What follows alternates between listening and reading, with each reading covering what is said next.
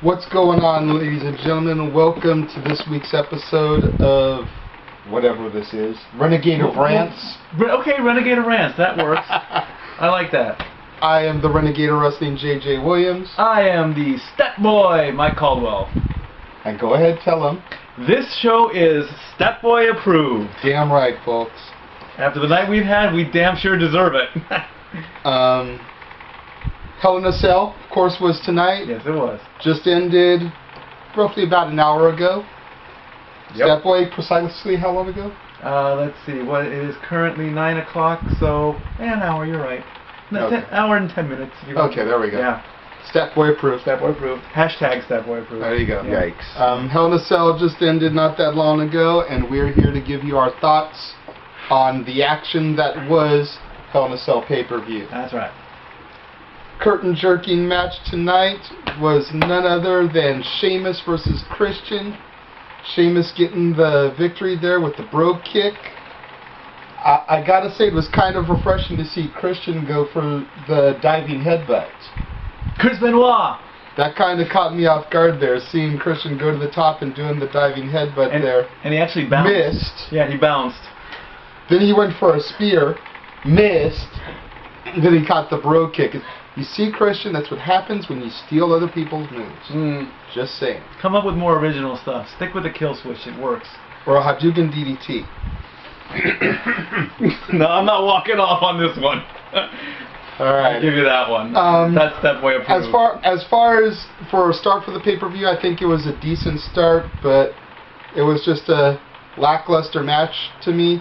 Yeah, I didn't start drinking until the next one. It lacked a little bit in, not as much really in build-up, because the match has been built up well over the last couple weeks, but I think it just could have delivered a little bit more. Maybe the crowd was dead because they're just that over Christian. No, they didn't start drinking either. That could very well be too, you know. Beer does a wrestling fan good. Damn right. I should know from experience. And that brings us to match 2 of the night, which was Good Sin Cara versus Evil Sin Cara. And one of the Sin Caras won. The good one did. Okay. I had to miss part of this match, you know, because they called my food order. So I had to go pick that up. How was your food?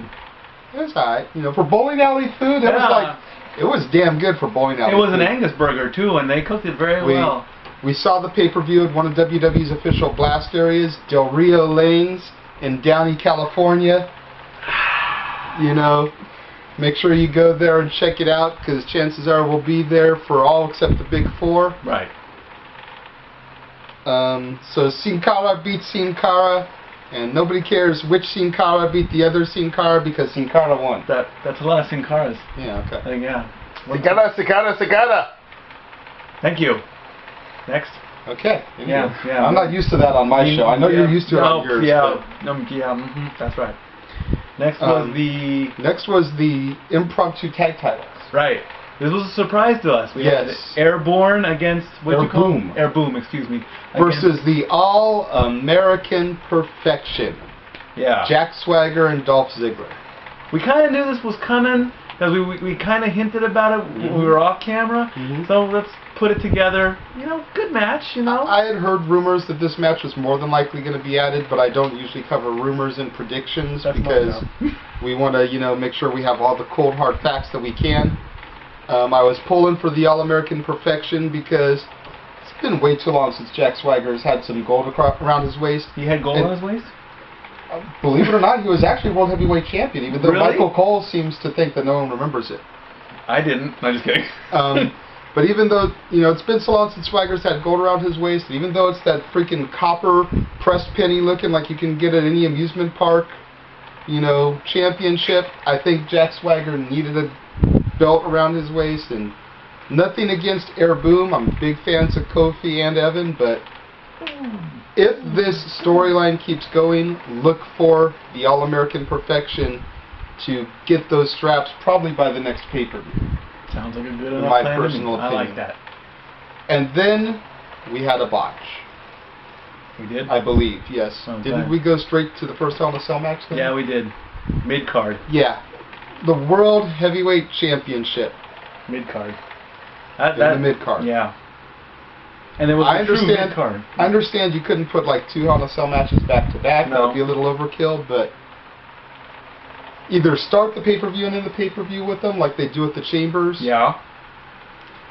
Or maybe throw like the Divas match in between, because everyone's going to be out getting a piss and getting their souvenir soda cups refilled. Yeah, and their long lines for beer. There was a that was boring tonight too.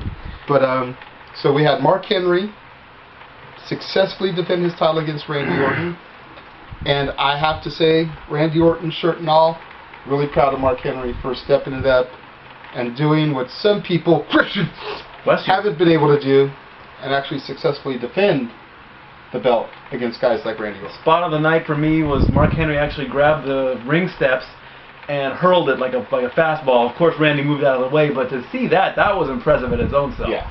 That was a good spot. Yeah. As far as brutality goes, I mean, all I did was pretty much rub up against the cage. Yeah, it wasn't that brutal. No. I mean, it was your typical PG Hell in a Cell match. Right. You know, I think they may have hinted at a chair or something, or climbing the cage, but that was it. Nothing too serious. Yeah. It was good, though. Next match was, by and far, probably highlight of the night up to this point for me, and that was Cody Rhodes coming out and cutting a promo and resurrecting the classic white strap locked version of the WWE Intercontinental Championship. Very good. I, even as a rookie fan, you know, not really having followed when this belt was around the first time, I marked out when I saw Cody pull that belt out. I was out of my seat, jumping up and down in the lanes, along with about half of the crowd there, really marking out to the fact that WWE went old school, bringing that back. Quick shout out to Josh M. Your belt is on pay-per-view. That's right, brother. Mole. Mole. There you go. Hashtag Stat Boy approved. There you go. And then John Laryngitis. Go ahead, do your laryngitis for us. Triple H decided that you have to defend the Intercontinental title against this man. Now listen, it ain't no cost to me. Out comes John Morrison. I mean, he doesn't need a push. He's John Morrison. Well, I will argue there. John Morrison has been floundering in mid-card hell for so long that he's considered the Marty Jannetty of the old Miz and Morrison team. Wow. You know, so John Morrison definitely needs a push. John Morrison would be a good Intercontinental Champion, but I just don't want to see Cody's run end yet. I love where Cody is going right now, and I just don't think it's time to end that momentum. Congratulations, Cody. You've broken 100 days as champion. Unlike... Do you think we should get the honky-tonky meter going for Cody Rhodes now? Oh, good one! The honky-tonky meter! I was just thinking that. Thank you. Now, what's that random voice again? I don't know. I guess I'm bringing him on your show. It's wherever I go. Up next was one of the matches that we wanted to see happen in the correct way. The Divas match. Beth Phoenix against Kelly Kelly, and yes, it finally happened! The Kelly Kelly Barbie doll reign is over!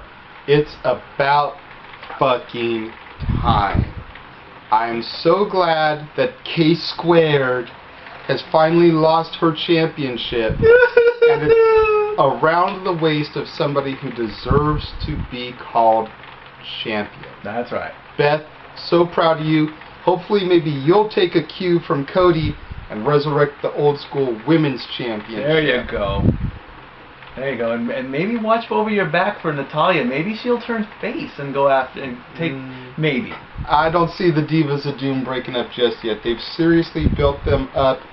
I think that Beth is probably going to hold that belt until Karma comes back, because Karma was coming out there and kind of not attacking Kelly, but attacking everybody else. Right.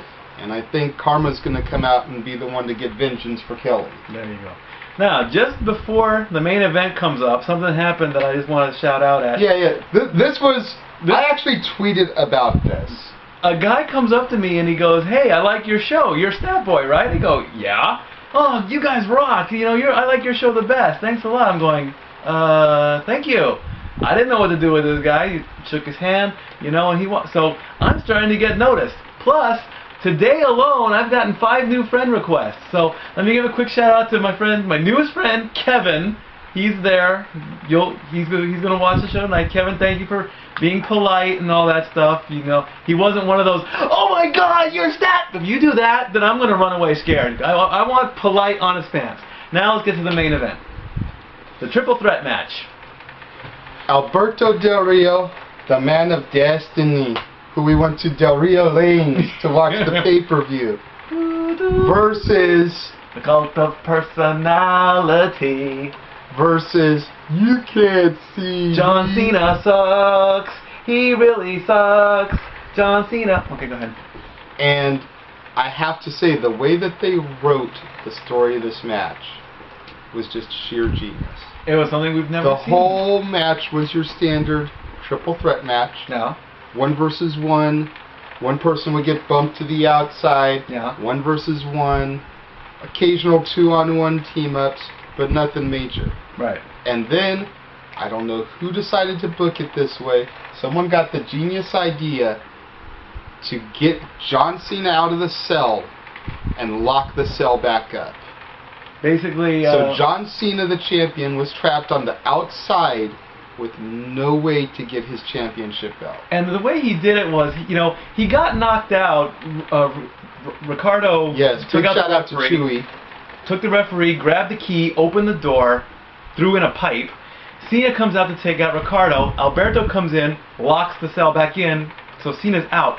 Cena, so now it's Alberto and Punk one-on-one. They're going. Cena revives, and he's just going to try and open the door, and then he's like, oh, great, the darn thing's locked. And then he tries to fit into this little tiny 6-inch space. Like, John, I don't know if you know this, but you're kind of a jacked up muscle dude. You got muscle. Not going to... Stat Boy might have been able to squeeze between I'm a stick. But you know. No Cena. No. And then at the end, of course... No Cena. No Cena? No member? No member. You no member Cena? No squeeze through the cage, Mr. Cena. No, he did that afterwards. So, you know, Alberto gets the win. The cage raises up just a tiny little bit. And here come Miz and Truth into the ring. And who've been causing havoc all night because they showed up ringside with tickets, got ejected by John Laryngitis, beat the piss out of Air Boom backstage after their match, and then here they come running in post-match, and they just let them have it. And then all hell breaks loose. Cena gets back in there. All the freaking superstars are surrounding the cell trying to get in. You know, you've got the brief pay-per-view appearances of Daniel Bryan, Bryan Danielson. Zack Ryder, you know. Finally, they get the cell open. And here comes 5-0. Yeah. Miz and R-Truth get arrested. And Miz hit the ground first. Before Truth did. He was in the ready position. Truth is a fighter. Yeah, I mean...